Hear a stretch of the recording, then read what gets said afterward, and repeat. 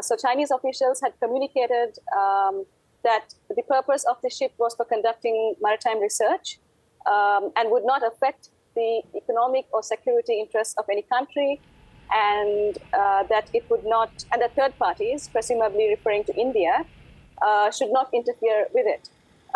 So India clearly considers the Indian Ocean region, especially its immediate maritime neighborhood, as under its sphere of influence.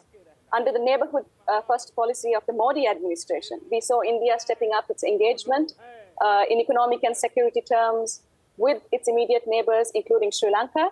And so the government of India, in this case, officially conveyed its concerns with the docking of the Chinese ship, which had ballistic training capabilities and which could ostensibly spy on India's security installations in the region. So China says it's a research vessel, but analysts describe it differently. What are its capabilities?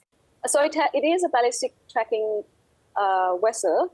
And like you said, China did say that it is for maritime research purposes. I think it is fair to say that it is quite common for such military vessels to dock at the Sri Lankan port, given its strategic location. Well, India's protests did work to delay the docking of the ship. What does it tell us about the position Sri Lanka is in when it comes to dealing with these two major powers in the region? Yes, so as you mentioned, India's concerns forced the government to force the docking of the Chinese ship, and now the Chinese ship is only docking for 3 days, in contrast to the previous 5 days. And the Sri Lankan and Chinese authorities also have come to an agreement that the Chinese identification system would be turned on during its period of stay, and that it would not be conducting research activities on Sri Lankan waters.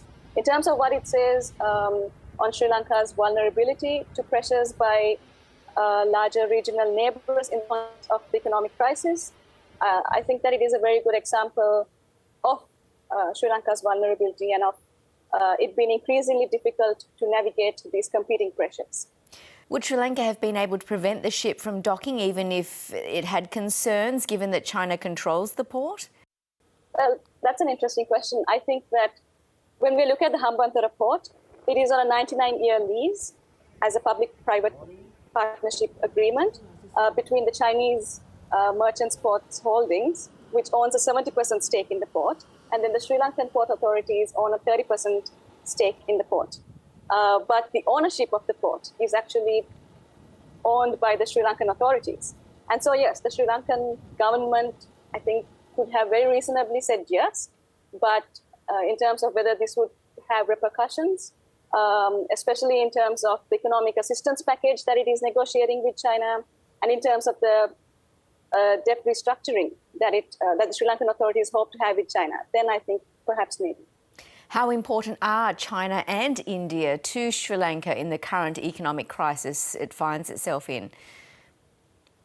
Very important. I mean, India has been foremost in providing economic assistance. This year alone, India has provided $3 billion in various forms.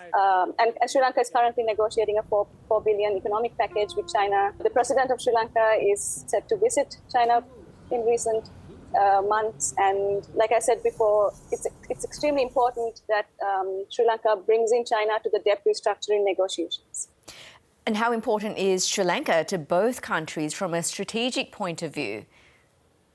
I think extremely important as well. And I think that this is something that the Sri Lankan government is aware of, that its strategic location, even in a time of economic crisis, will provide a degree of leverage when it comes to managing these competing interests so that it can make a decision that is in its own national interests. Rajni Gamage, thank you so much. Thank you for having me.